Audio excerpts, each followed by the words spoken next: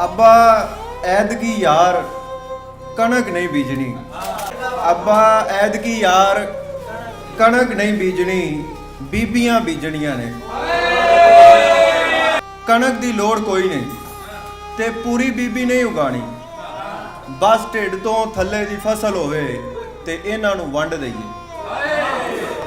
मौलवियां नूं दो दो देवांगे कि बच्चियां दे जिस्मां चों रिसदा खून मसीत दी मिट्टी नूं पलीत करदा है। शै लैण गई धी जदों घर नहीं आउंदी, रूड़ियां तो लाश लभदी मां दा दुख इंज ही है जिवें मेल वाले दिन लाड़ा मर जाए।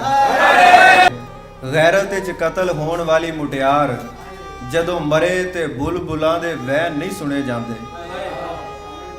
कोई इंज दी खाद पाइए कि इन्हां दी सोच बीबियां दियां लत्तां जो बाहर निकले। शायद जे कोई बंदा अपनी बीवी नूं इंसान समझण लग जाए। कणक ते आदम अजल दा रिश्ता है, जे दिन ओ नहीं रहे ते जाने ए भी नहीं। जे दिन ओ नहीं रहे ते जाने ए भी नहीं, पर की ये जे इंज करिया दिमागी अठरा मुक जावे ते ये ज़हन हामला हो जावा।